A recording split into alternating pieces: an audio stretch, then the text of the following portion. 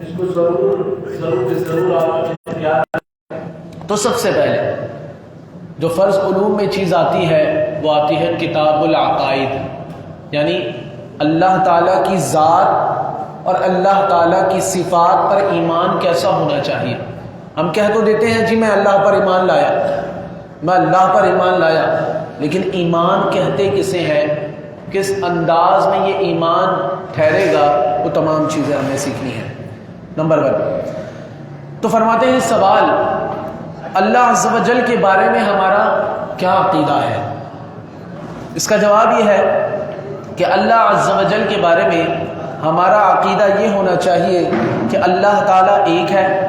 یہ آسان بات ہے، اور اس کا کوئی شریک نہیں، نہ ذات میں اور نہ صفات میں.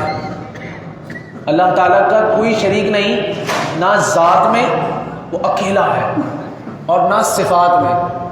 وہ جو دیکھتا ہے اس کی طرح کوئی دیکھ نہیں سکتا، وہ جو سنتا ہے اس کی طرح کوئی سن نہیں سکتا. تو یہ صفات اسی کی ہیں، وہی اس کا مستحق ہے کہ اس کی عبادت اور پرستش کی جائے.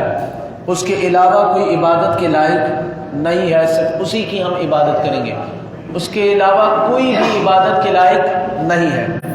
وہ واجب الوجود ہے، یعنی اس کا وجود ضروری ہے، اور اس کا نہ ہونا یہ محال ہے.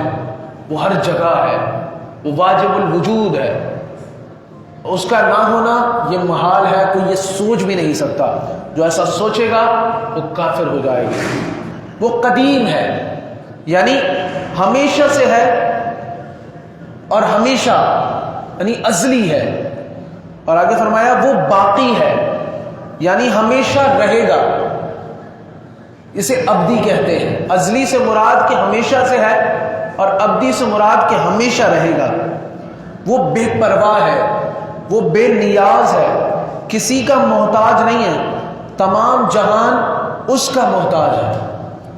جس طرح اس کی ذات قدیم ہے، وہ ازلی ہے، ابدی ہے، اسی طرح اس کی صفات بھی قدیم ہے. کوئی یہ نہیں کہہ سکتا کہ وہ ابھی سن رہا ہے اور بعد میں نہیں سنے گا، وہ ابھی دیکھ رہا ہے اور بعد میں نہیں دیکھے گا. تو لہٰذا اس طرح کے عقیدہ اگر ذرہ برابر بھی ذہن میں آیا، انسان کافر ہو جائے گا. آج جو لوگ اپنے الفاظوں میں تھوڑا سا دنیاوی مال یا متاع یا کسی پریشانی کی وجہ سے لوگ الفاظ نکال دیتے ہیں، یہ باتیں اس لیے ہمارے لیے اہم ہیں تاکہ ہم اس طرح کے الفاظ نہ نکالیں. میں تو کب سے مانگ رہا ہوں، رب دیکھ ہی نہیں رہا میری طرف. اس طرح کے الفاظ انسان کا ایمان کھینچ لیتے ہیں، اور انسان اپنے آپ کو مسلمان سمجھ رہا ہوتا ہے لیکن وہ مسلمان ہوتا نہیں ہے. تو اس طرح کے الفاظوں سے ہمیشہ بچا جائے. وہ اس کی حکمت ہے، وہ جب چاہے دے. کیا پتہ اس نے ہمیں دنیا میں تنگی میں اس لیے رکھا ہو کیونکہ آخرت میں ہمیں اعلیٰ درجہ دینے والا ہو. تو یہ سب اسی کی، وہی مالک ہے، وہ جیسا چاہے وہ کرتا ہے. وہ نہ کسی کا باپ ہے نہ بیٹا، نہ اس کے لیے بیوی ہے. اسے باپ یا بیٹا اگر کوئی بتائے گا یا اس کے لیے بیوی ثابت کرے گا تو وہ کافر ہو جائے گا. وہی ہر شے کا خالق ہے. وہ ذوات ہو یا افعال ہو، سب اسی کے پیدا کیے ہوئے ہیں. جتنی چیزیں ہیں دنیا میں یا جو چیزیں اس نے پیدا فرمائی ہیں، سب کا مالک وہی اکیلا ہے. حقیقتاً یہ بھی یاد رہے، حقیقتاً روزی پہنچانے والا وہی ہے، باقی سب اس کے وسیلہ ہیں.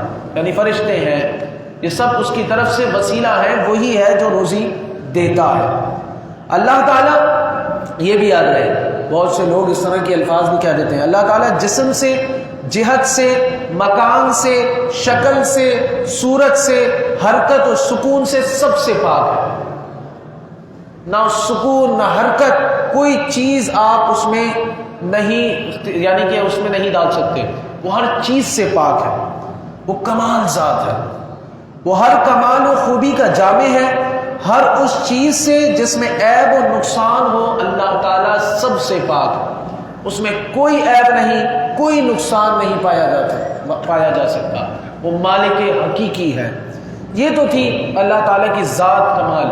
اب آ جاتے ہیں اللہ تعالیٰ کی صفات کمال. مختصر سا درس ہے لیکن بڑا کمال. اللہ تعالیٰ کی ذاتیہ صفات جو ہیں وہ 7 ہیں. 7 صفات ذاتیہ کون کون سی ہیں؟ حیات یعنی وہ حی ہے، زندہ ہے، قدرت ہر چیز اس کی قدرت کے اندر ہے، تیسری سننا، دیکھنا، کلام کرنا، علم، ارادہ، یہ 7 اس کی ذاتی صفات ہیں۔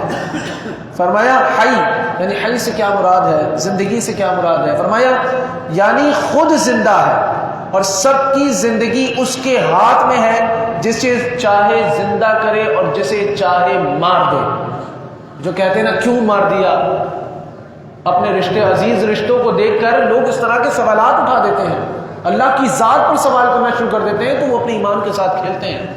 اللہ جسے چاہے زندگی دے اور جسے چاہے مارے، وہی مالک ہے، وہی مالک حقیقی ہے۔ تو لوگوں کو چاہیے کہ فوراً اپنا ارادہ اللہ کی طرف لے جائیں، مالک تو تیرا بندہ تھا، تو نے لے لیا، تو اسی کی بھی بخشش فرما اور ہماری بھی بخشش فرما۔ علماء نے لکھا ہے اس طرح کے الفاظ اس کو بھی بخش دیتے ہیں، اور یہ جو الفاظ اختیار کرنے والا ہوتا ہے اسے بھی اللہ تعالیٰ بخش دیتا ہے کہ یہ سمجھ گیا میں مالک ہوں۔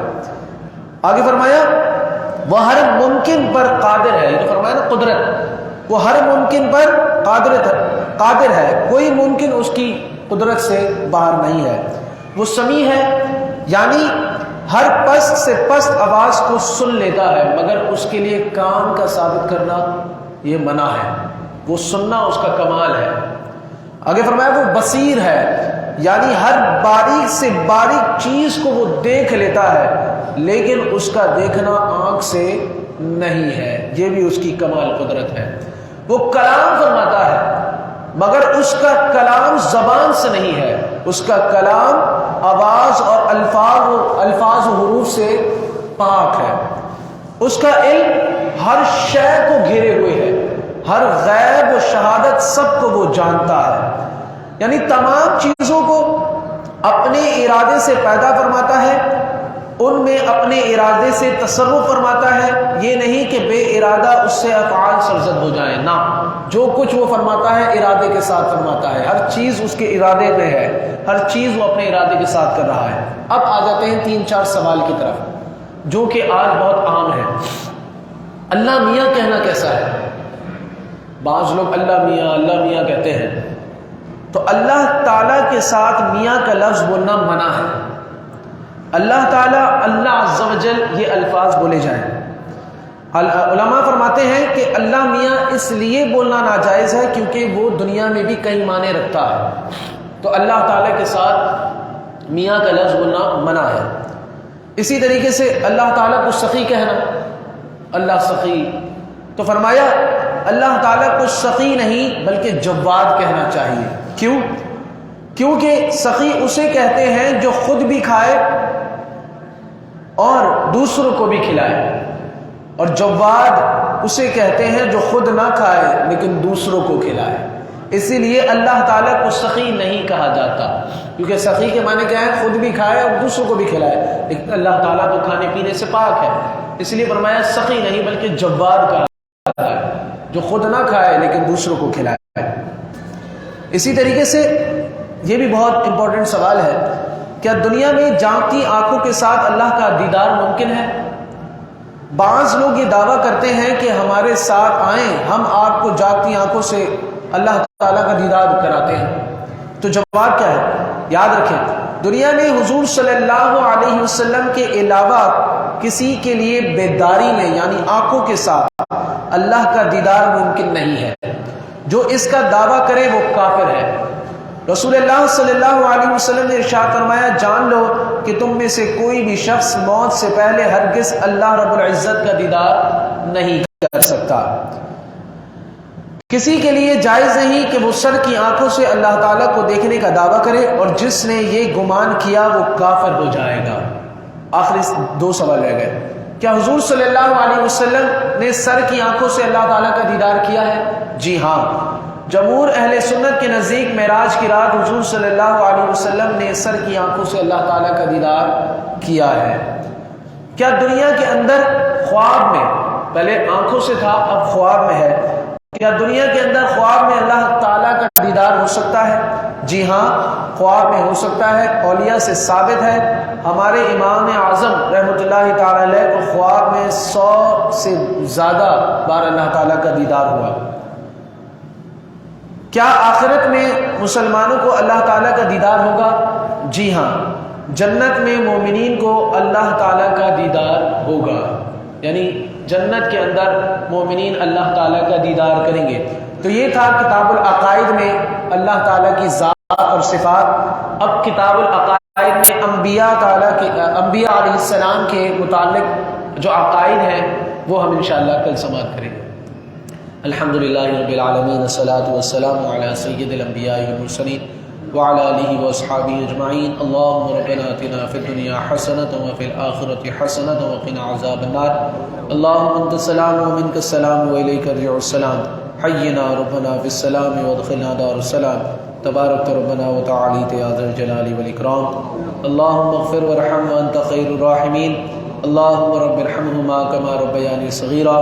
یا مقلب القلوب ثبت قلبی علی دینک، یا مقلب القلوب ثبت قلبی علی دینک، یا مقلب القلوب ثبت قلبی علی دینک۔ وصلی اللہ تعالی علی خیر خلقہ محمد وعلی آلہ واصحابہ اجمعین۔